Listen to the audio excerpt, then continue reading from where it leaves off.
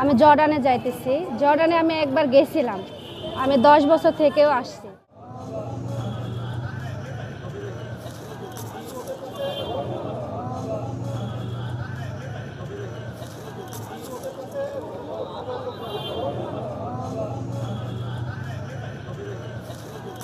আমি মনে করি মেয়েরা যে সৌদি আরব বা অন্য অন্য যে গৃহকর্মীর কাজে যায়, এগুলাতে না গিয়ে আমাদের ট্রেনিং সেন্টার আছে, কিন্তু জর্ডানে যারা ক্লাসিকে যায় তারা কিন্তু সব সরকারিভাবে যায়, তাদের টাকাও লাগে না, কিন্তু একটু দক্ষতা লাগে।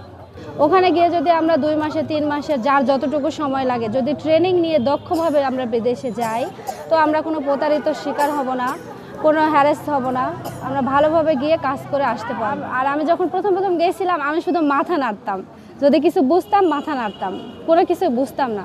তখন আমার নিজের কাছে একটা লাগতো যে সবাই, আরেকটা মেয়ে দেখছি উনি হচ্ছে ওখানে সুপারভাইজারের কাজ করতো, বাঙালি মেয়ে, উনি শ্রীলঙ্কান ভাষায় অনেক কথা বলতেছে। তখন আমি ভাবলাম যে ওই মেয়েটা যদি পারে আমি কেন পারবো না।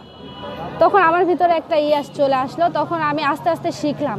আমি 1 মাসের ভিতর হিন্দি এবং শ্রীলঙ্কা শিখছি, শ্রীলঙ্কান ভাষা আমি সব পারি। আমি প্রথমে গেছিলাম চেকারে, তারপর আস্তে আস্তে কাজ শিখতে শিখতে সুপারভাইজার হয়েছি, তারপর এক্সিকিউটিভ হয়েছি, এখন আমি এক্সিকিউটিভেই যাইতেছি। আবার বিদেশ গেলে অনেক মেয়েরা আসলে জানে না কিভাবে যেতে হবে, কোথায় যেতে হবে, অনেকেই প্রতারিত হয়। এটাকে পিডিও ট্রেনিং বলে। আমিও এই ট্রেনিংয়েই অংশগ্রহণ নিয়েছি। 3 দিনের একটা ট্রেনিং, 3 দিন পর একটা সার্টিফিকেট দেওয়া হবে, ওটা আর কি এয়ারপোর্টে কাজে লাগে।